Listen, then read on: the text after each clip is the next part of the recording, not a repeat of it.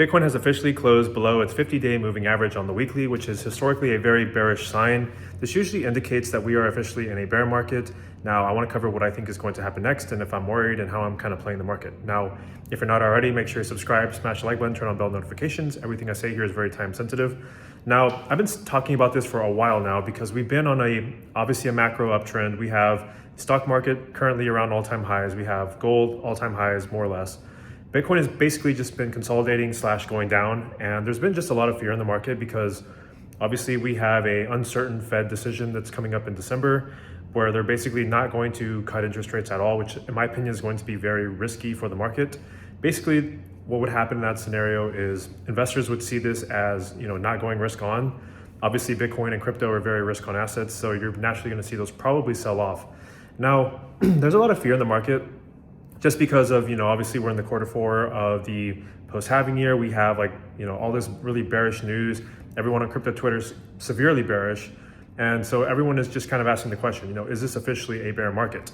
Now, I do think that I would probably give this above a 60% chance that we're actually going into this bearish trend.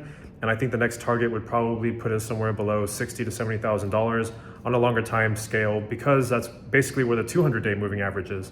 Now, basically what I would like to see happen short term is if Bitcoin can somehow get a pump within the next maybe 2 to 3 days and maybe put us above that, I think that the odds of us being in a bear market would be a little bit decreased. But things are very sensitive right now, and I wouldn't be doing anything too emotional. Obviously, if you're somebody who's over leveraged or just overly exposed to the market, then maybe do whatever you think would be the best scenario for you, because obviously I can't give financial advice, and I think a lot of people took on way too much risk this cycle. Maybe they took out loans and they're just really overexposed. And I see the emotion across all of crypto Twitter. And the last thing you want to do is just hold something that just completely goes down. Now, obviously, I'm not saying that, we're officially going into this bear market. I think that if we can basically get above this and have a positive next week, I think that'll be pretty good. But obviously, if we have a second weekly close below that same 50-day moving average, that, in my opinion, would make it almost 90% that we're actually in this bearish trend. And naturally, that's going to scare a lot of investors. Now, obviously, we had a little bit of a bounce right after the close. Bitcoin basically was about $92,000 a little bit earlier today, and now we're sitting around $95,000.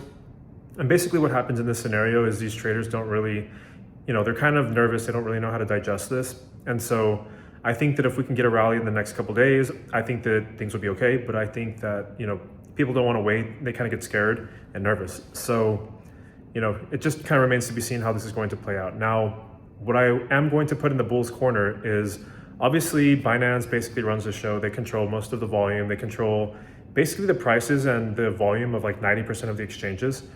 And so basically I'm not going to say they caused this, but the markets have been liquidated for whoever you want to blame, right? People have just been getting liquidated left and right. Mostly it's the longs, and there's just so much built up liquidity on the upside. And so I think even if the bull market top is in, I wouldn't put it past, the big boys to basically, maybe manipulate the price higher so that they can basically liquidate all these short positions and grab all of that liquidity, because that's how the exchanges basically make their money. It's usually off of trading fees and liquidating traders, not necessarily the price of the assets. And so when you have everybody thinking that the price is just going to go one direction, usually what happens is there's a contrarian trade.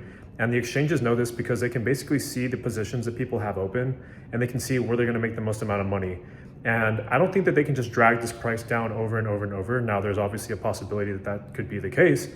But if I was in their shoes, I would try to grab as much money before going lower. And so I think at the very least, we may see some sort of relief rally, maybe towards 105, 110, maybe in the next week or so. Again, these next couple days are going to be very telling, so I'm going to continue to update you with what I'm seeing. I constantly monitor the market. I've been in crypto since 2016. So again, make sure you subscribe, turn on bell notifications, because everything, like I said, is very time sensitive. Have a great weekend. I will see y'all soon. Bye.